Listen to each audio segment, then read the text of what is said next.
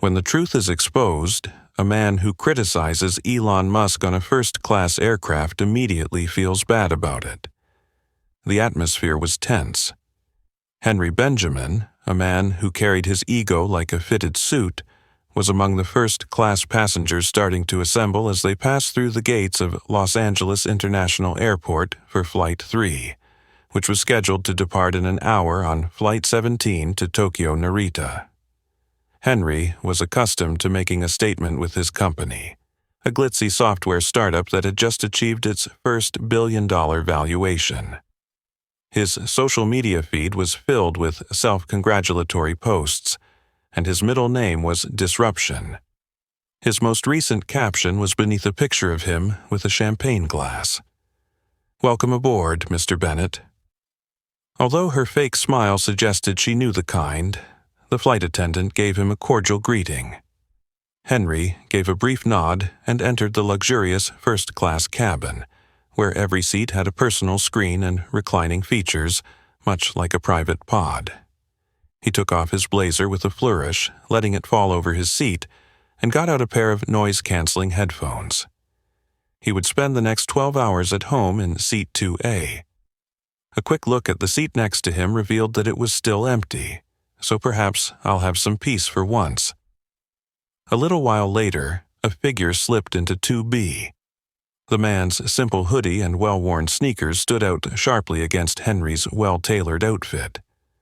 His face was obscured by a baseball cap, and he walked with a person's peaceful ease.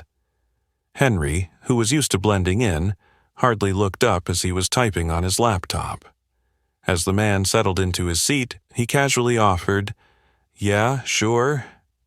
Henry muttered without looking, too busy drafting yet another tweet to his 500,000 followers. As the cabin door closed and the engines roared to life, Henry felt a twinge of curiosity. Something about the man seemed oddly familiar, but he couldn't place it.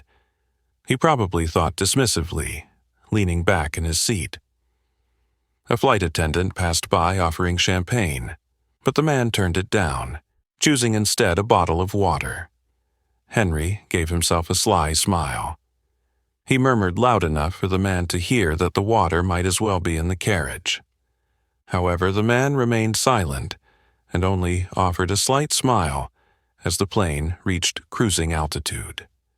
Henry's innate desire to control every space or cabin kicked in, and he finished his champagne in one gulp before turning to face the man in 2B and asking, "So, what do you do?" His tone was brimming with fake interest, and he turned slightly, his face still hidden by the cap.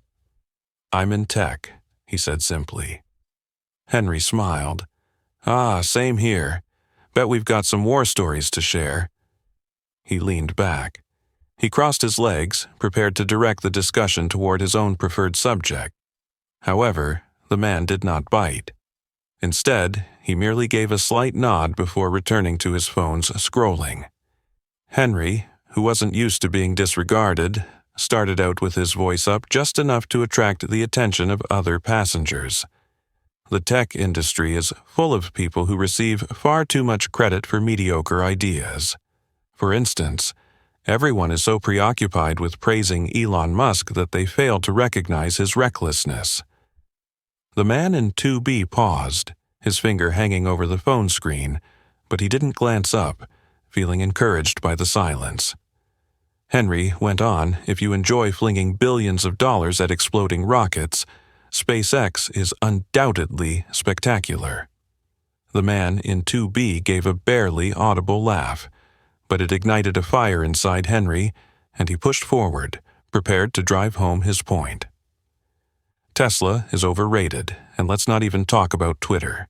The entire takeover was a fiasco. Henry questioned. "No," the man said in a cool, almost amused tone. "I believe you're passionate. I call it realistic that individuals like Musk merely ride the buzz and nothing more." Henry scowled, not knowing if it was a praise or an insult. A few passengers now quietly listened on. Henry thrived on the attention, taking it as a sign of respect for the man in 2B, but appeared completely unconcerned, the man remarked, glancing up a little at last, though his cap still covered a large portion of his face. Everyone has the right to their own opinions. Henry dismissed the remark with a roll of his eyes. Yes, but facts are facts. People like me are true innovators who are constructing the future, not just spouting hot air. Musk is a walking publicity stunt. The man smiled politely before returning to his phone. The hum of the engines filled the cabin as Henry leaned back and smiled to himself, thinking, another clueless wannabe. Little did he realize that his seatmate's composed manner was not ignorance but rather restraint. As first-class passengers became used to their daily schedules, they read, watched movies, or drank drinks. However, Henry was far from at ease, and his annoyance was stoked by the man in 2B's silence, which only included the occasional smirk or brief response to his increasingly pointed remarks. I'm going to assume that Henry said, "Unable to help myself. You're one of those startup guys, something in crypto or AI, right? Everyone's jumping on those bandwagons these days." The man glanced up briefly, his expression unreadable, but not exactly. The ambiguity only served to aggravate Henry, who thrived on attention, and 2B's lack of involvement was an insult to his ego. "What do you think of Musk, then?" Henry inquired in a harsher tone. "I mean, if you work in technology, you have to have an opinion." The man paused for a second, then shrugged, saying that he had done some intriguing things. The man is a living contradiction, preaching about rescuing the world while flying luxury jets and hyping up the future of Mars while hardly addressing issues here on Earth for the first time. Henry laughed again, and that's the understatement of the century. The man's face briefly displayed something that might have been amusement or mild annoyance, but it disappeared as soon as it emerged. Perhaps he is simply acting in accordance with his own judgment. The man merely responded in a neutral tone, saying what he believed to be the greatest. Henry sneered and spoke as though who has never had to cope with the consequences of the real world. It's all theory until you're the one paying the bill. As the dishes were set out in front of them, the flight attendant interrupted the tension by bringing their dinner orders. The man in 2B requested a straightforward vegetarian meal, while Henry selected the medium-rare steak. The man must be pleasant since Henry observed how peacefully he ate, as if he had all the time in the world. As the hours went by, Henry's curiosity about his seatmate increased. There was a quiet assurance about the man, a sort of understated presence. Henry murmured under his breath, not caring in the world. The man looked at him but said nothing, concentrating instead on his food. He didn't appear scared by Henry's harsh criticisms or his overt attempts to provoke an argument, which Henry couldn't quite understand. Afterward, there were rumors as the cabin lights went down and everyone else settled in for the long haul. Henry noticed that the flight attendants who were passing by seemed to look at 2B with a mixture of curiosity and respect. One even said, "Let me know if you need anything, sir." Henry scowled and leaned forward, pretending to adjust his seat. The man's face was still partially hidden by the baseball cap, but something about his jawline and the way he carried himself bothered Henry. Henry chose to ignore it, thinking it was just a strange, wealthy man. His seatmate gave him a subtle glance that suggested something far more than Henry could have ever imagined, but he ignored it as he put on his headphones and leaned back. The cabin was silent as the hours went by, but for the rustle of covers and the occasional clinking of glasses. After a few drinks, Henry felt relaxed and confident.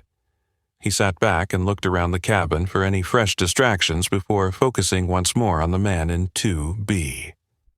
"All right," Henry murmured, ending their silence. "I give up. You must explain your situation to me. You have been sitting there all composed and enigmatic.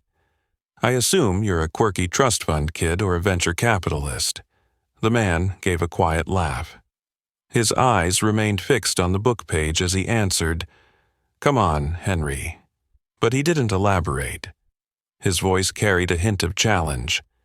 "You can't just sit here like some enigma and not spill a little."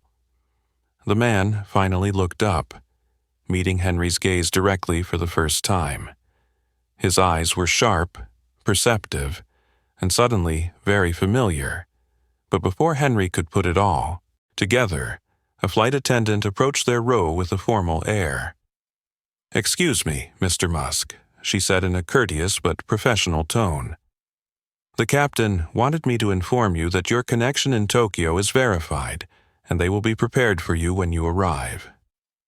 The words didn't register at first, and Henry froze.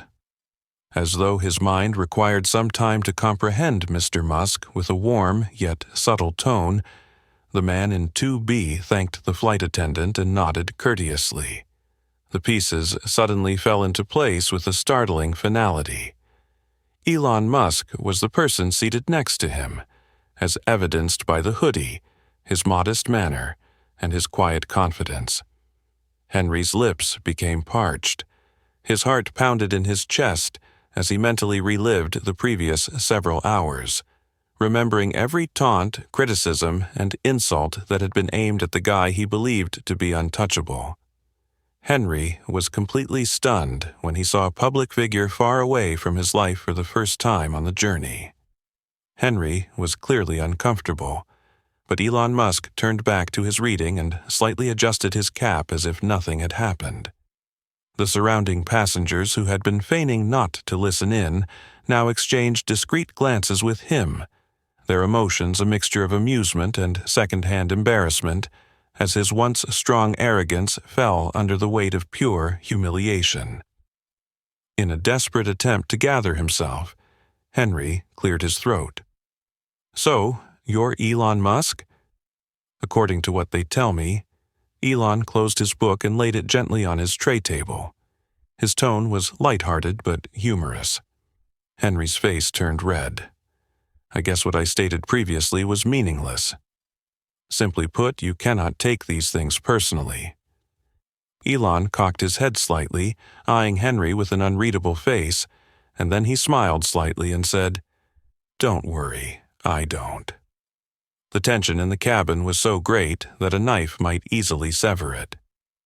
Henry fumbled for his glass and took a big gulp in a futile effort to calm himself. However, Elon appeared completely unconcerned and exuded a calmness that only made Henry feel more uneasy, so Henry began attempting to claw his way out of the hole he had dug. "You're probably accustomed to people criticizing you. That's just part of the deal." Elon leaned back, looking serious, I guess, but I've always thought constructive criticism is beneficial. He looked at Henry, and the brief gleam of laughter in his eyes was constructive. Elon's smile somewhat expanded, but his tone stayed composed. "Does it matter who you're speaking to? If the points are sound, they stand regardless of the audience the response left." Henry's face reddened. "Well, I didn't know I was talking to you, obviously." For all his bluster, Henry was briefly dumbfounded. Elon, though, wasn't finished. "You also brought up Tesla. Do you know how many lives our driver assistance technology has saved?" Elon asked in a calm but thoughtful tone. "The number of persons who avoided incidents as a result of the features we've added." Henry moved around in his chair. "Feeling really little all of a sudden, I guess I didn't look at it that way. And SpaceX, you called it irresponsible. But did you know that our rockets have lowered the cost of space travel by more than 90%, and that we are creating technology that could one day shield humanity from extinction-level events?" Elon kept his eyes fixed on the ground. "As for Twitter," Elon said, his tone softening slightly, "yes, it's chaotic, but sometimes chaos is necessary for change. Ideas evolve through friction. Without it, there's no progress." Henry opened his mouth to reply, but nothing came out. The weight of Elon's words hung in the air its breath. Elon's remarks were accurate rather than defensive or irate. Henry swallowed hard, saying, "I didn't mean to. I didn't think you'd be here," with the serene assurance of someone who didn't need to prove anything. The truth doesn't change depending on who is listening, so perhaps the next time you speak, think about that. It wasn't said harshly, but it hit Henry harder than any insult could. He sat back in his seat, suddenly feeling very small in the vast expanse of the first-class cabin.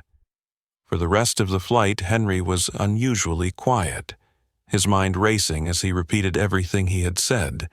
He felt a mixture of shame at every arrogant remark and abuse directed at the man seated inches away. Regret and an odd feeling of reverence. Elon, meanwhile, went back to his book as though the altercation had only been a brief exchange.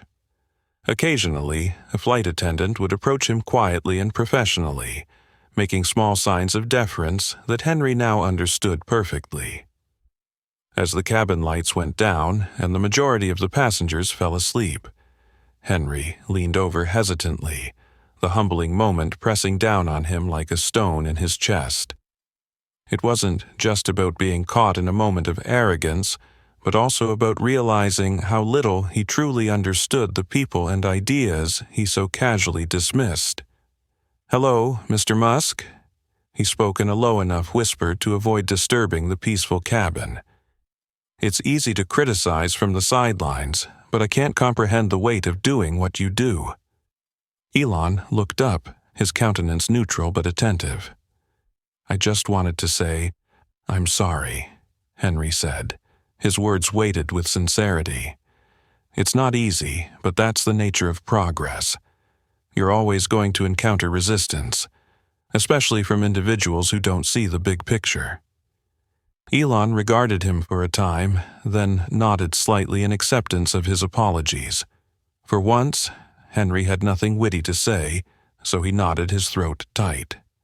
The sound of passengers awakening and getting ready for arrival filled the cabin as the aircraft started to descend into Tokyo. In his attempt to appear knowledgeable, Henry ignored the courage required to face constant criticism while pursuing something meaningful as they disembarked. He thought about all the times he had dismissed visionaries like Elon Musk who dared to think bigger, risk more, and tackle problems most wouldn't even attempt as he stared out the window, watching the city lights grow brighter as the plane approached the runway. Elon turned to face Henry one final time and said, "Good luck with your work," with a faint smile. "I'm hoping it's something that changes things."